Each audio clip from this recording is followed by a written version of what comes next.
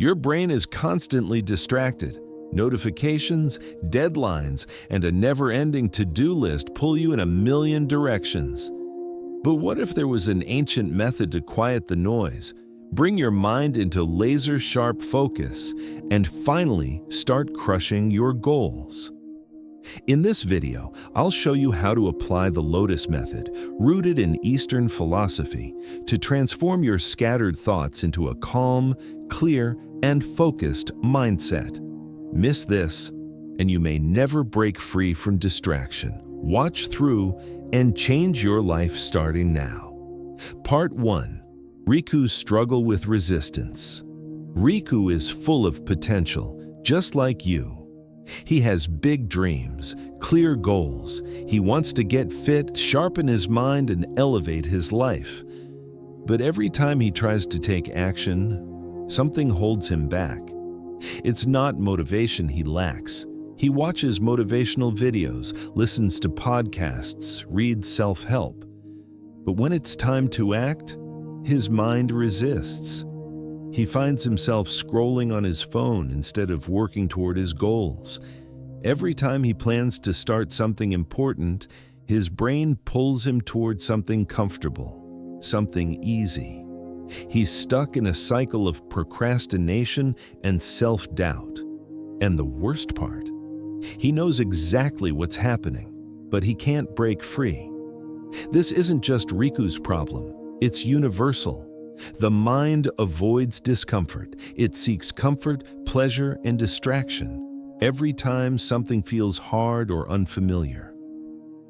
Eastern philosophy compares the mind to a wild monkey, jumping from one distraction to the next. Buddha said, "Your worst enemy cannot harm you as much as your own unguarded thoughts." Riku's own thoughts are sabotaging him.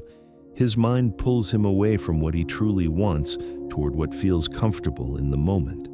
Ancient monks understood this battle. They developed methods to tame the mind, bringing it into focus, clarity, and calmness. Their first lesson: awareness. Before you can change the mind, you must first understand it. Riku begins to see that his mind resists because it's wired to protect him from discomfort. This is the first principle of the Lotus Method. 1. Awareness of the mind. No more blaming himself, no more shame, just awareness. And awareness creates space. Now that Riku understands his resistance, he can learn to release it. Part 2. Embracing the flow of life. Riku realizes the push-harder strategy doesn't work. That's when he discovers the teachings of Lao Tzu and the Taoist concept of Wu Wei, non-resistance, the art of moving with life instead of fighting against it. Lao Tzu said, "By letting it go, it all gets done." At first, this confuses Riku. How can letting go help me achieve anything? But then he understands. He's been fighting against his own nature. What if doing hard things wasn't about force, but about flow? Wu Wei teaches, when you push against life, life pushes back. But when you align with it, things unfold naturally. Riku begins applying this idea. Instead of forcing himself through difficult tasks, he approaches them without resistance. He accepts discomfort as part of the flow, and suddenly, his tasks feel lighter. This is the second principle of the Lotus Method. 2. Release resistance. Stop fighting yourself. Move with the task, not against it. Now Riku must learn another ancient skill: stillness. Part 3. The power of stillness and reflection. Riku's mind is restless, chaotic, loud. That's when he discovers Zen Buddhism and the practice of zazen, sitting meditation. It sounds simple. Sit, breathe, be still. But when Riku tries it, his mind explodes with thoughts, yet slowly, the storm settles. The lake becomes calm. Master Dogen said, "If you cannot find the truth right where you are, where else do you expect to find it?" Through stillness, Riku begins to understand. His thoughts are not the enemy. His lack of awareness was. Stillness reveals clarity. Clarity reveals direction. Riku realizes the mud of his struggles is the very thing that allows the lotus to grow. This becomes the third principle of the Lotus Method. 3. Cultivate stillness. Stillness is not inactivity. It is preparation. The roots of the lotus lie in the mud, and so does your growth. With a calmer mind, Riku must now turn clarity into action. Part 4. Turning reflection into action. Meditation brings clarity, but without action, clarity becomes stagnation. Riku studies the Shaolin monks who combine deep meditation with perfect physical discipline. They believe a still mind plus a disciplined body equals mastery. Riku learns that action must be intentional, precise, focused, not rushed, not chaotic, not scattered. He begins doing one thing at a time, fully, calmly, deliberately. The fourth principle of the Lotus Method emerges. 4. Action with intention.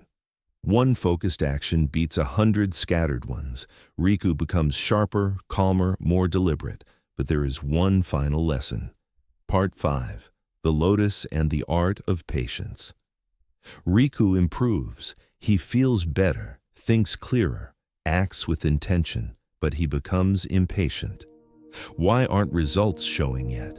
That's when he learns the final teaching. The lotus rises slowly, through mud, through darkness, through resistance. It blooms only when ready. Riku realizes he must stop rushing his transformation. Growth happens quietly, invisibly, slowly. The fifth and final principle of the Lotus Method. 5. Practice patience. Let the process unfold. Let the flower bloom. Let time refine you. Riku understands he is not failing. He is transforming, exactly at the pace he needs. 8. The invitation. So now the question is, where are you on this journey? Are you resisting life? Or are you ready to embrace awareness, flow, stillness, intention, and patience? These 5 steps will reshape your mind if you give them a chance.